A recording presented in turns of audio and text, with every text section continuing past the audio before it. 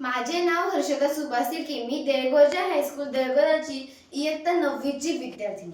उन्हाळ्यामध्ये पेट्रोलचे बाष्पीभवन हे जलद गतीने होते. हीच गती कमी करण्यासाठी व पेट्रोलचे बाष्पीभवन 20% कमी करण्यासाठी मी या प्रोजेक्टची निवड केलेली आहे. तरी आमच्या प्रोजेक्टचे नाव आहे पेट्रोल सेव्हर कव्हर.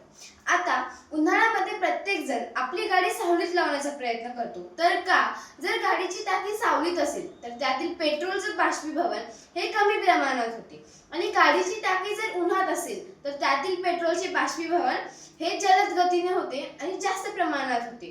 त्यामुळे प्रत्येक जण आपली गाडी उन्हाळ्यात सावलीत लावण्याचा प्रयत्न करतो. तर या ठिकाणी आम्ही ही सावली कायमस्वरूपी टँकवर निर्माण करण्याचा प्रयत्न केलेला आहे.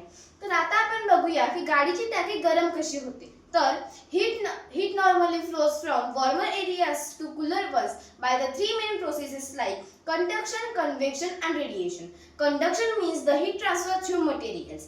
Convection means the heat transfer through the liquid and fluid. Then why petrol evaporates even at the room temperature? Because petrol contains many light hydrocarbons which have low boiling point. That's why a large fraction of petrol is nearly to evaporation. तर आता आपण बघूया की या गाडीच्या टाकीचे insulation कसं केलेलं आहे. तर सर्वप्रथम आम्ही गाडीचे चेसिस व इंजिनला रबर पॅचेस लावून इन्सुलेशन केलेलं आहे. त्यानंतर इंजिन कडून येणारी जी उष्णता आहे ती थांबवण्यासाठी आम्ही खालच्या बाजूने अॅल्युमिनाइज रिफ्लेक्टिव्ह शीट्सचा यूज केलेला आहे. यामुळे 90 to 98% हीट रेडियन्स रिफ्लेक्ट होतात.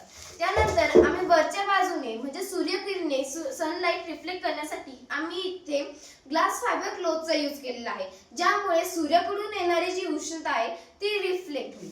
त्यानंतर आम्ही त्याबरोबर वापरलेला आहे वॉटरप्रूफ क्लॉथ. यामुळे काय होईल, आता हिवाळ्यामध्ये पेट्रोलच्या टाकीवर दव बिंदू साचतात. तर ते टँक मध्ये जर गेले तर हिवाळ्यामध्ये काय होते की टाकीवरती दव बिंदू साचतात. त्यामुळे गाडी चालकाला त्रास होतो. त्यामुळेच आम्ही वॉटरप्रूफ क्लॉथचा वरच्या बाजूने उपयोग केलेला आहे. तर आता आपल्याला टाकीची कव्हर बनवण्यासाठी साधारणपणे किती खर्च येऊ शकतो. आपल्याला लागते अॅल्युमिनाइज रिफ्लेक्टिव्ह शीट्स. जवळपास आपल्याला ही शीट 1 मीटर एवढी लागते, म्हणजेच आपल्याला 150 ते 200 एवढा खर्च येऊ शकतो. त्यानंतर आपल्याला लागेल फायबर ग्लास क्लॉथ. यासाठी आपल्याला 150 रुपये असा अंदाजे खर्च येऊ शकतो. त्यानंतर फायबर ग्लास क्लॉथ यासाठी आपल्याला साधारणपणे 200 रुपये एवढा खर्च येऊ शकतो. आणि राहिलं म्हणजे शिवणकाम, तर यासाठी आपल्याला 100 रुपये एवढा अंदाजे खर्च येऊ शकतो. म्हणजेच आपल्याला ही कव्हर बनवण्यासाठी जवळपास 600 रुपये एवढा खर्च येऊ शकतो. तर आता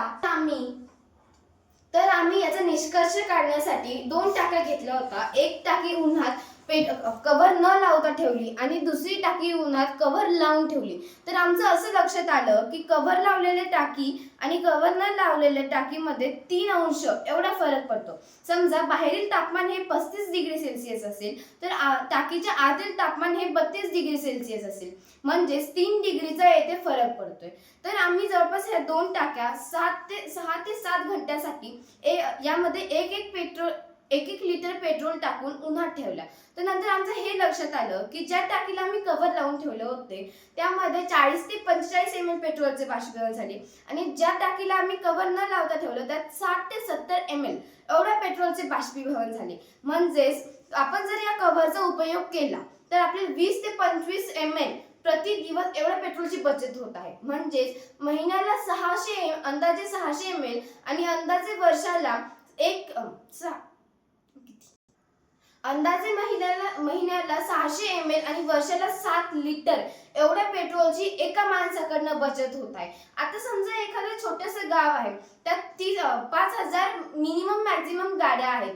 जर एका व्यक्तीकडून 7 लिटर एवढे पेट्रोल एका वर्षाला वाचत असेल तर 5000 गाड्यांचं 35000 लिटर एवढं पेट्रोल वाचेल. आता एका छोट्याशा गावातून जर एवढं पेट्रोल वाचत असेल तर आपल्या पूर्ण देशातून किती पेट्रोलची बचत होत आहे. आणि जसे की आपल्याला माहिती आहे पेट्रोल हे एक नॉन रिन्युएबल सोर्स आहे. हे आपण दुसऱ्या देशाकडून आयात करतो. जर आपल्याच देशात एवढ्या पेट्रोलची बचत होत असेल तर आपल्याला दुसऱ्या देशाकडून पेट्रोलची आयात करण्याची गरज ही फार कमी पडेल. त्यामुळे त्या पैशाचा उपयोग आपण देशाच्या विकासासाठी सुद्धा करू शकतो. थँक्यू.